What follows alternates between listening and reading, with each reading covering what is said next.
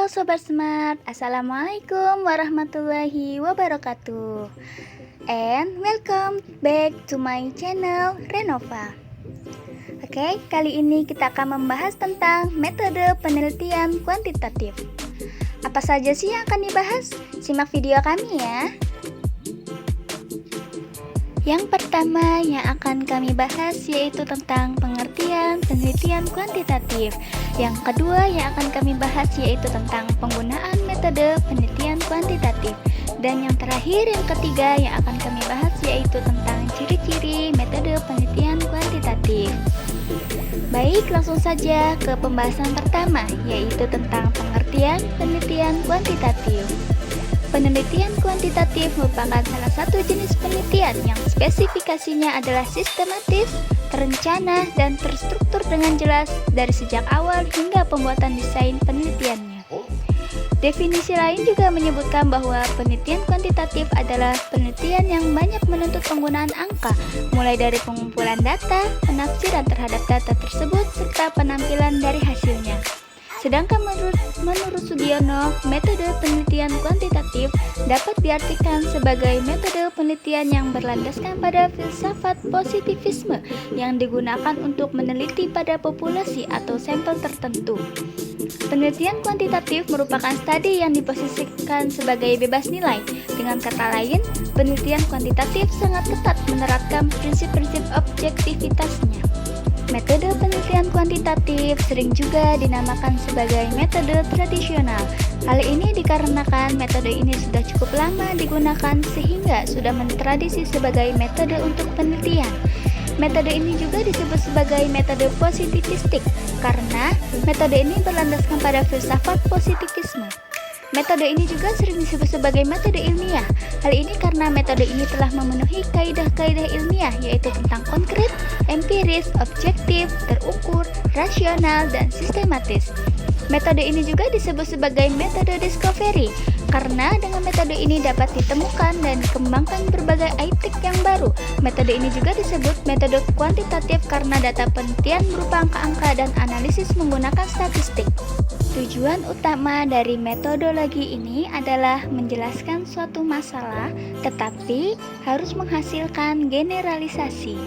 Generalisasi ialah suatu kenyataan kebenaran yang terjadi dalam suatu realitas tentang suatu masalah yang diperkirakan akan berlaku pada suatu populasi tertentu. Baik, itu saja yang bisa saya sampaikan. Selanjutnya akan disampaikan oleh Pak Sukamdani dan Ibu Khadijah.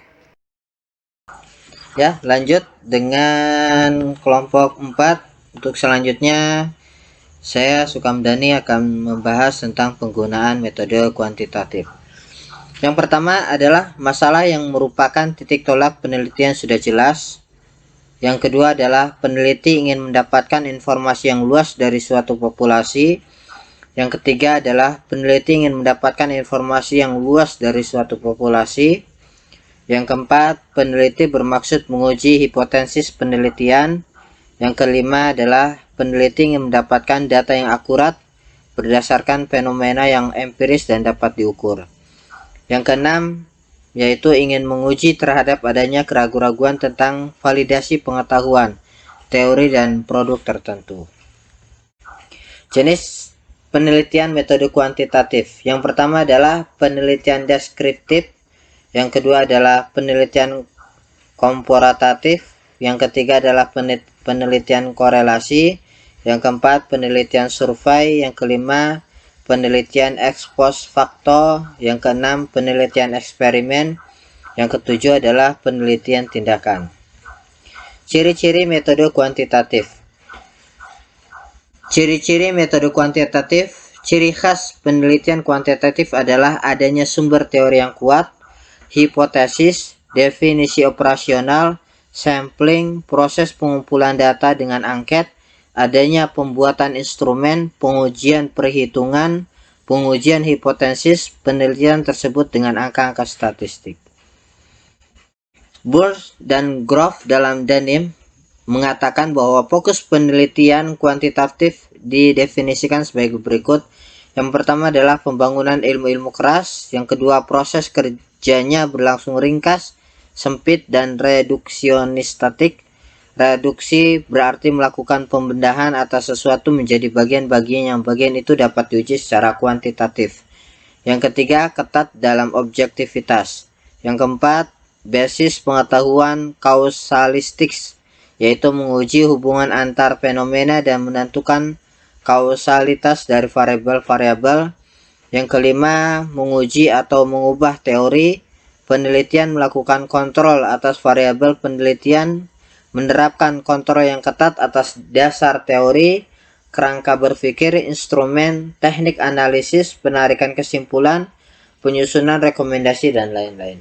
Yang keenam adalah menggunakan instrumen pengumpul data yang akan menghasilkan data numerikal. Yang ketujuh, elemen dasar analisis, yaitu angka. Yang kedelapan, analisis menggunakan metode statistika. Yang kesembilan, melakukan generalisasi. Mungkin ini yang bisa saya sampaikan. Untuk selanjutnya insyaallah akan dilanjutkan oleh Mbak Khadijah. Oke guys, setelah mendengar penjelasan dari Bapak Sukamdani dan Ibu Renova, mari kita simpulkan pembahasan ini bersama saya, Hadijatur Rahmah.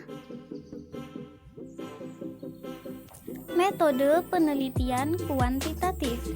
Jadi, sebenarnya apa sih metode penelitian kuantitatif itu?